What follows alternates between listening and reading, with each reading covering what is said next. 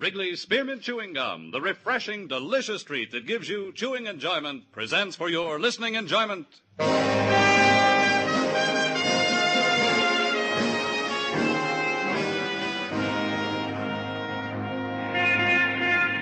Broadway's My Beat, from Times Square to Columbus Circle, the gaudiest, the most violent, the lonesomest mile in the world.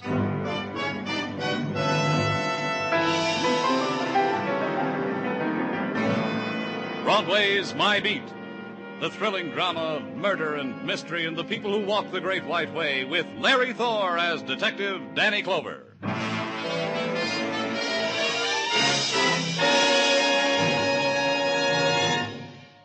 For refreshment while you work, for enjoyment anytime, chew a stick of Wrigley's Spearmint Gum.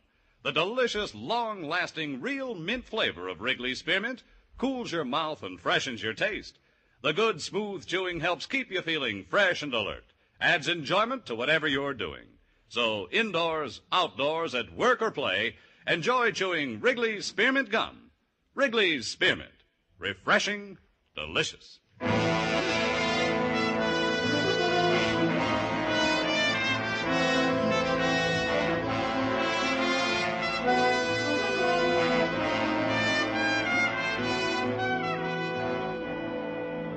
When it's July and the heat puffs up from the river, Broadway's a place of regret. The winter dreams made for the summer are blurred. The golden girls fan themselves with newspapers.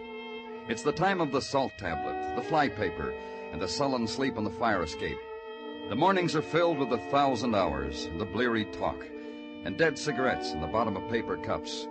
It's summer, the poet's time, the lover's time. And if you can afford an ocean voyage, it's the most wonderful time of the year.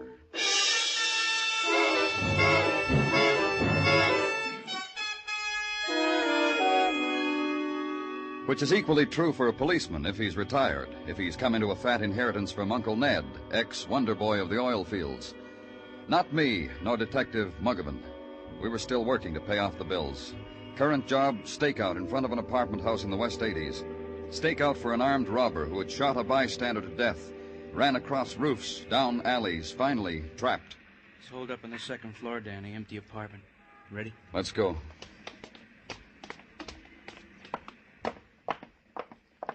All the other tenants cleared out? Uh-huh. Had a little trouble with the people in 2B. How come? People named Morgan, their grandmother died. A funeral. We got all the mourners out. Apartment right next to the one our killer's in, 2A. You sure he's in there? Probably him, Danny. Description fits. Let's find out. Open up. Open up. This is the police. Muggavan? Yeah.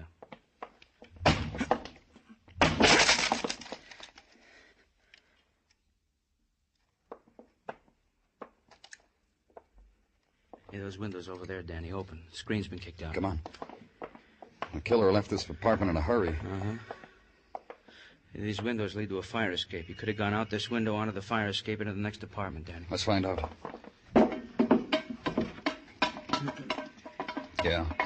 Must have done it this way. The screens on this apartment have been knocked out, too. Let's go see him. Hey, this is the Morgan apartment, Danny, where the Morgan grandmother... Want me to look around? For appearances, Muggavan. I'm guessing our man walked out with the mourners and got lost. Must have made him happy.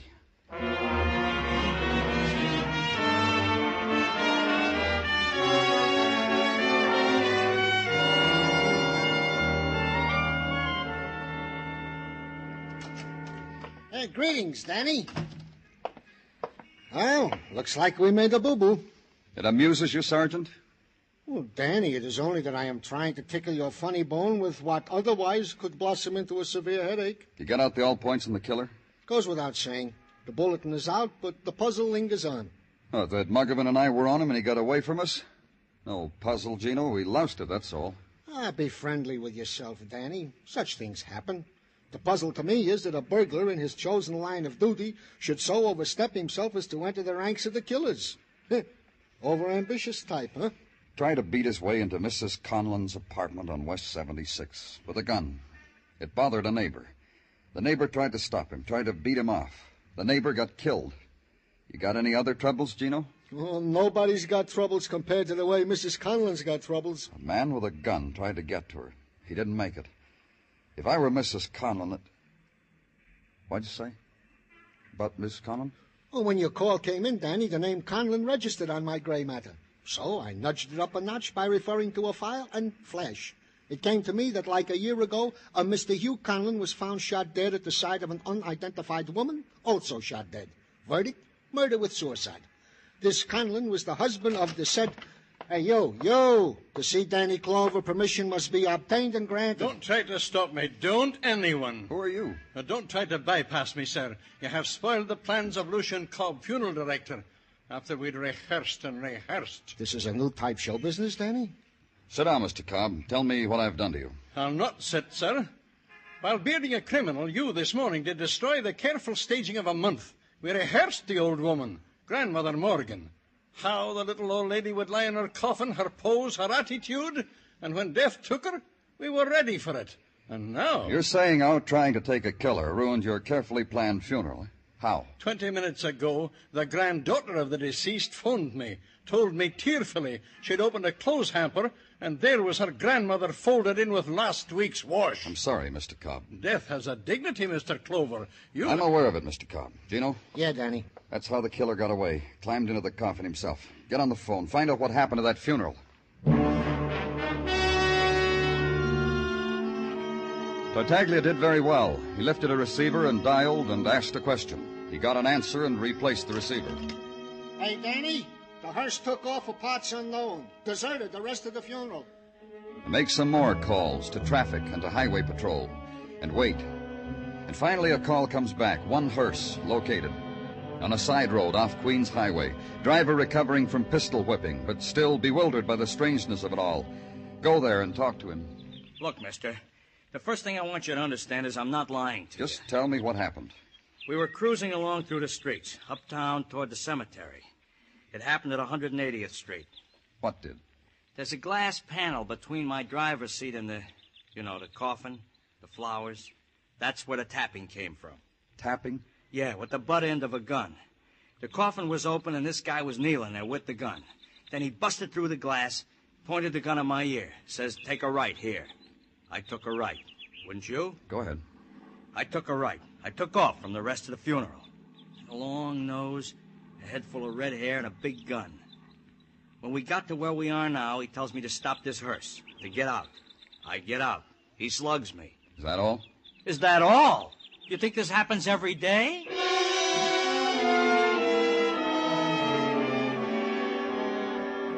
And phone it in and check out for the night. And go home.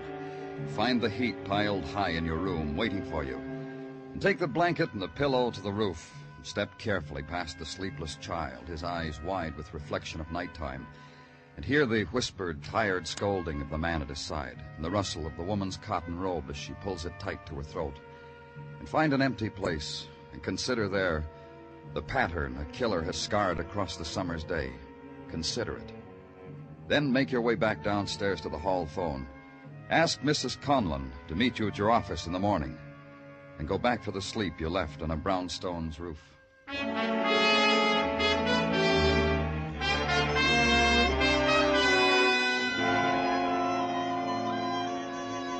In the morning, she was already waiting for me, and with her a young woman who took a cigarette from a plastic case and waited for me to light it for her.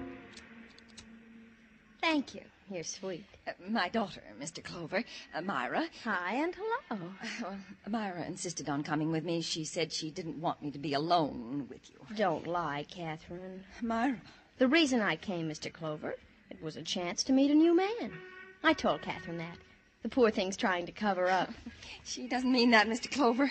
Myra's a child. All the excitement, that man trying to break in, your call last night, a child's mind. It can be too much for... You through, Catherine?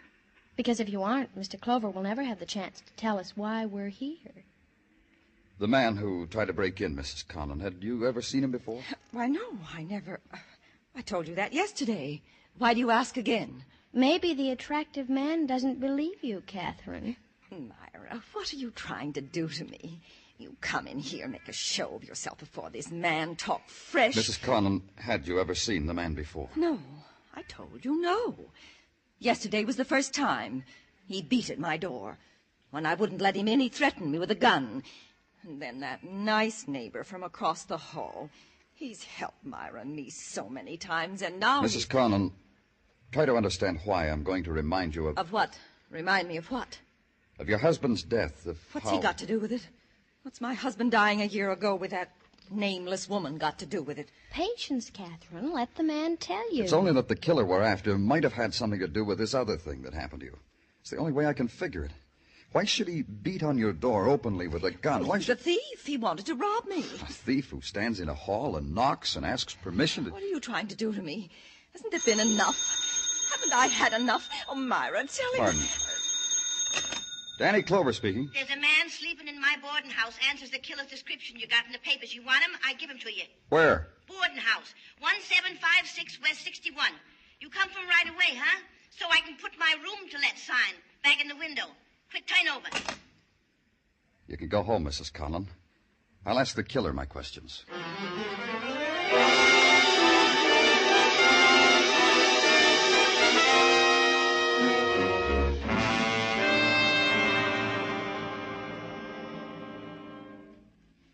I'm telling you, mister, when I give this man a room, I thought there was something funny. Why didn't you call the police then? Just because he was breathing hard, like he'd been running? Well, that ain't no reason. The reason was this morning. Oh, when you saw his description in the paper? Yeah. The bright red hair, you know, and the nose. He registered last night, and he hasn't gone out since. Is that right? He had a caller late last night, late. Who? Oh, I don't know who. I don't peep. He made a phone call from the hall phone, went back to his room, and later I heard someone go into his room. How long did the caller stay? I went to sleep. I don't know. Where's his room?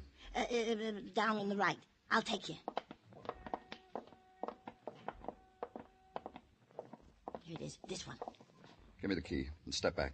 Hey, he's that dangerous? You gotta use a gun? Don't worry about it. Ooh.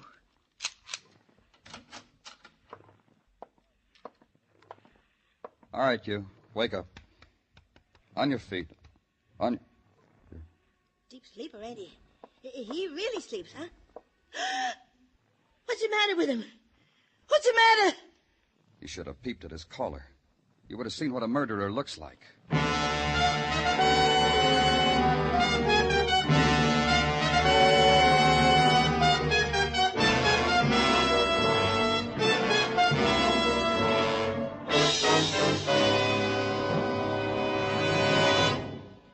For refreshment while you work, for enjoyment anytime, chew a stick of Wrigley's Spearmint Gum. When your mouth feels dry, when you're warm or tired, Wrigley's Spearmint is really refreshing. The lively, full-bodied real mint flavor cools your mouth, moistens your throat, freshens your taste. And the chewing itself gives you a little lift, helps you feel your best and do your best. So for chewing enjoyment plus pleasant refreshment, chew delicious Wrigley's Spearmint Gum. We now continue with Broadway's My Beat, written by Morton Fine and David Friedkin and starring Larry Thor as Detective Danny Clover.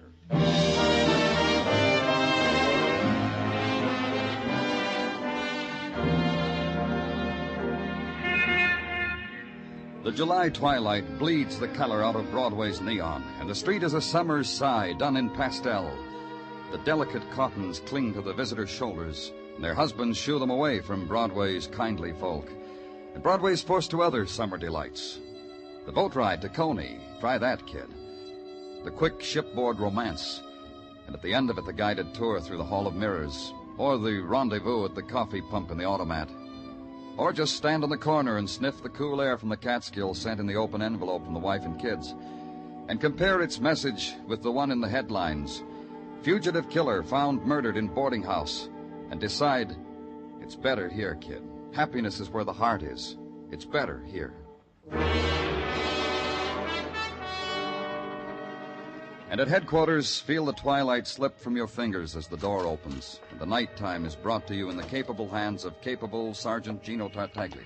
I come to sound the hour, Danny. At the sound of the bong, it will be late. And even now, the aroma of the cacciatore that awaits at Tartaglia's house is being wafted from uptown down Center Street to tickle the nostrils.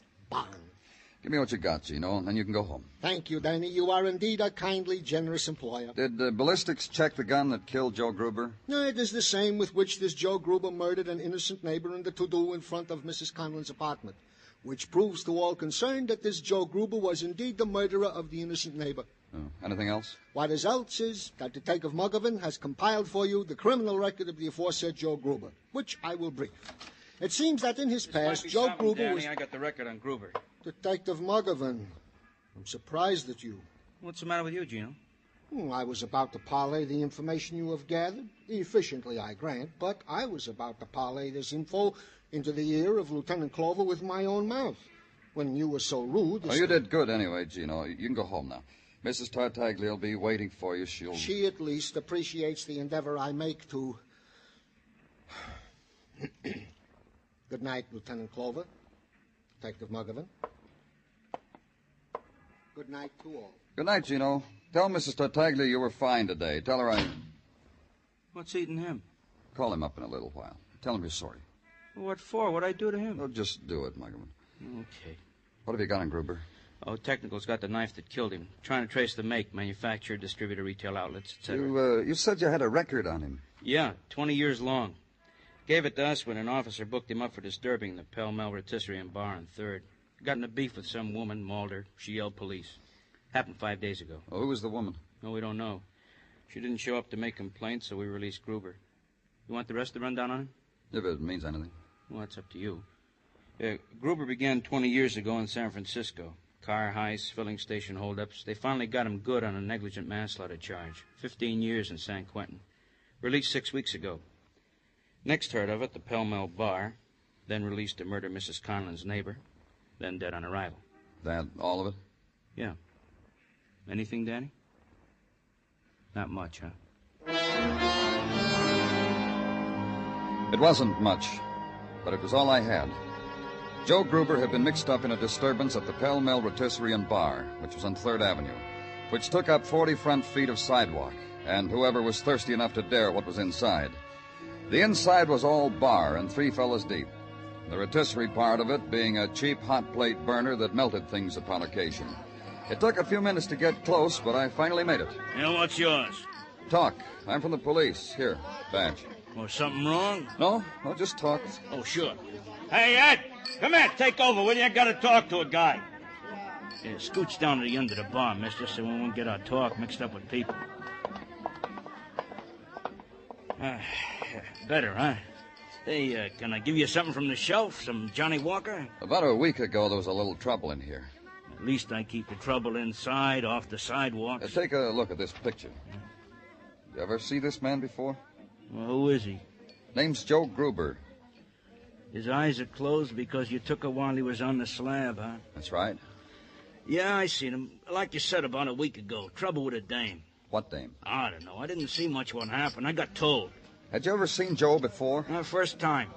He was in here, picked up one of my customers. You know, throw the arm around the shoulder, I'll buy you a drink, pick up. Friendly, buys drinks. I ask him to pay. He says, sure, my sister'll be in a minute and pay. He looked serious, so I fed him drinks. Later, I was back in the storeroom, I hear yelling. I get back in time to see a cop off the beat, hauls this guy away. Leaves Mal standing there. Drinks unpaid. Mal? Mal who? The arm around the shoulder pickup. Mal. Hey, Mal! Mal, come here! Yeah? What do you want? My friend here's a cop. A very nice cop, fellow. out of my way. Hey, come back here. Let me through. Let me through. Let go of me. Let go. If I'm going to have to take you down on the floor to talk to you, that's where you're going. How'd you get here so fast? It ain't been 5 minutes I opened up that payphone. But it was only because the operator got snippy. A man's got a right. Let's go.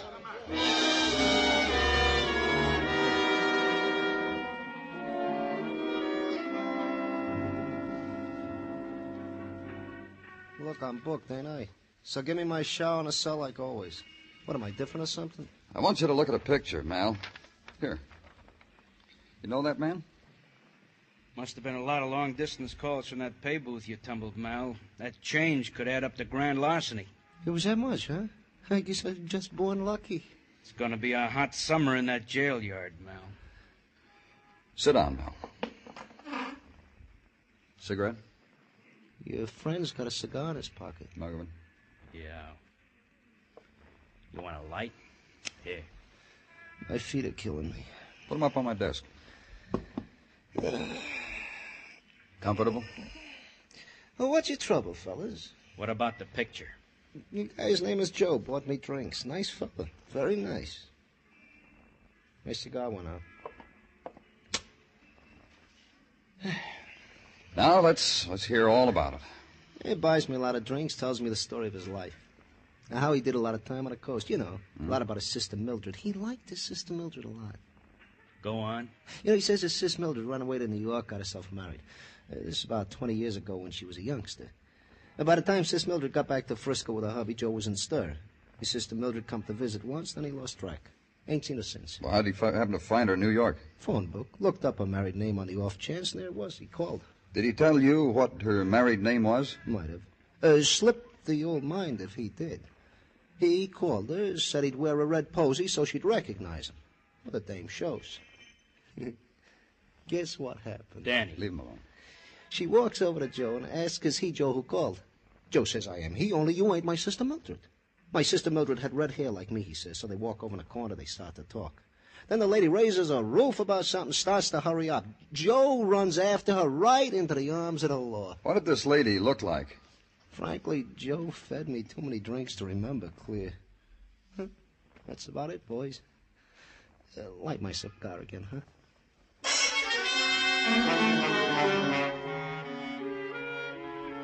Muggavan picked the nickel thief up by the frayed collar and carried him off to the showers, which left me alone to sift the pleasant time we'd had together, come up with a name. Mildred Gruber, the sister who had run off to New York 20 years ago to marry. And wonder why it wasn't Mildred who showed up when Brother Joe phoned her.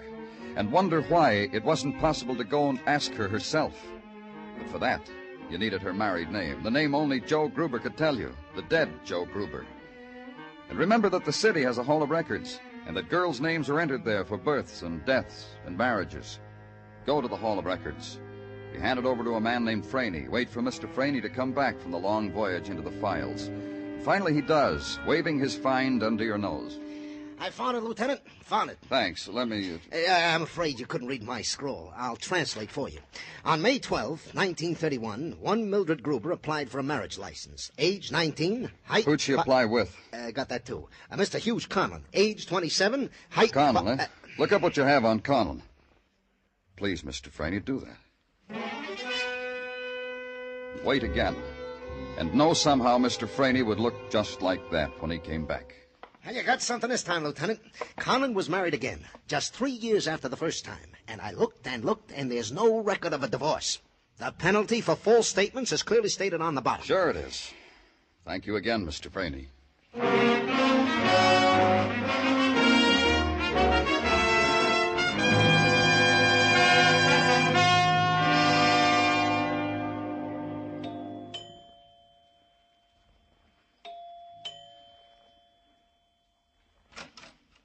Oh, hi and hello, Mr. Clover. Come on in. In here, the living room. Say, I've been trying to make Alexanders for years. Can I try one on you? How old are you, Myra? 17. And I won't breathe a word of it. Is your mother home? Let's chip in and send her to the movies. Get her. Are you kidding? Get her. Oh, you're a fool. You could have had an Alexander. Did someone come in, Myra? Do you want me to lie to her, Mr. Clover? I most always It's the police, do. Mrs. Conlon. I want to talk to you. Hello. I was about to go to bed. Maybe you won't make it, Catherine. Will she, Mr. Clover? Myra, I'm sure there's nothing here to concern you. Will you please go? No. Myra... You heard me, no. When you were in my office, Mrs. Conlon, there was a question we never got finished with. It concerned your husband and the woman with whom he was found dead a year ago, and a man named Joe Gruber. I don't at all understand what you're talking about. Mother. Mama. Mom. Don't you have a date tonight, Myra? Every night. It'll keep. They always keep. All of them. All the time. You still haven't told me what I want to know, Mrs. Conlon. Well, my husband shot himself. Because of me. Because of my child. He was ashamed of what was going on with that woman. He Killed her and then shot himself. That's Daddy. That's my pa. Shut up, Myra. Shut up. I've never laid a hand on you, but I... Mother dear. You're talking like a mom.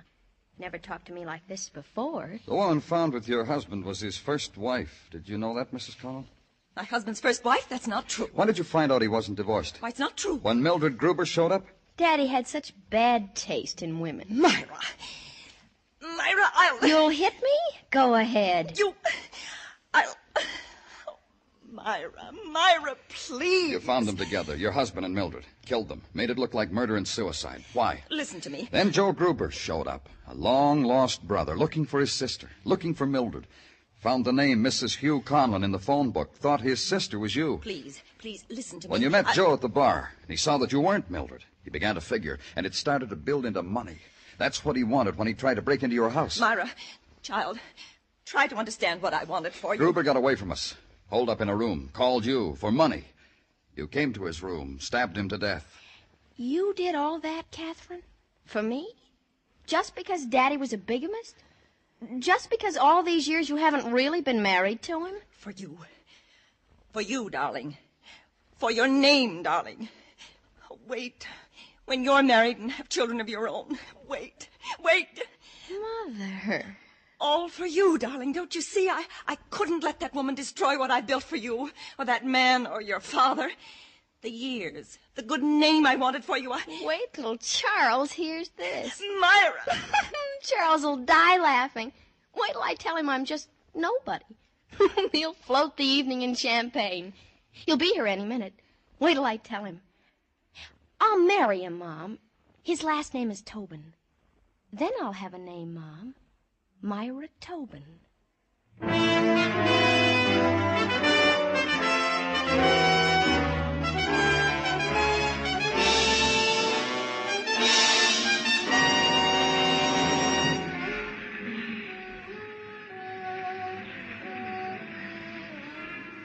Midnight's a happy time on Broadway. It's a place strung into the night like some phosphorescent alley. And they're heaped there, the bright-eyed kid, the voice that whispers from a doorway, the poet, the dregs. It's crowd, and it's laughter, and a Nickelodeon where you get pie in your face. It's Broadway, the gaudiest, the most violent, the lonesomest mile in the world. Broadway, my beat.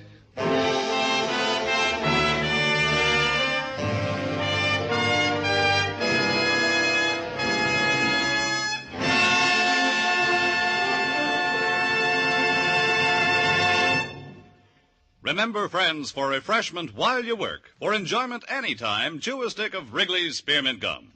There's lots of lively, real mint flavor in it to cool your mouth, freshen your taste, and sweeten your breath. And chewing Wrigley's Spearmint helps keep you fresh and alert. You feel better, work better, get more fun out of doing things. So indoors, outdoors, at work or play, always keep delicious Wrigley's Spearmint Chewing Gum handy. For refreshment while you work, for enjoyment any time, chew a stick of Wrigley's Spearmint Gum. The makers of Wrigley's Spearmint Chewing Gum hope you've enjoyed tonight's story and that you're enjoying Wrigley's Spearmint Gum every day. We invite you to join us next week at this same time when Detective Danny Clover returns again with Broadway's My Beat. Broadway's My Beat, brought to you by Wrigley's Spearmint Gum, is produced and directed by Elliott Lewis with music composed and conducted by Alexander Courage.